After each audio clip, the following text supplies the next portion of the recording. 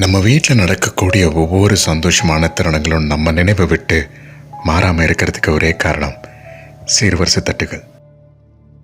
பொதுவாகவே ஒவ்வொரு சந்தோஷமான தருணங்கள்லையும் வாழ்த்தும் போது சொல்லக்கூடிய முக்கியமான வார்த்தை சீரும் சிறப்புமாக வாழணும்ட்டு. வாழ்க்கையில் நடக்கக்கூடிய எல்லா விதமான சந்தோஷமான தருணங்களுக்கும் சீரும் சிறப்புமாக வாழ்கிறதுக்கு சீர்வரிசை தட்டுகள் ஒரு அடையாளமாக இருக்கு.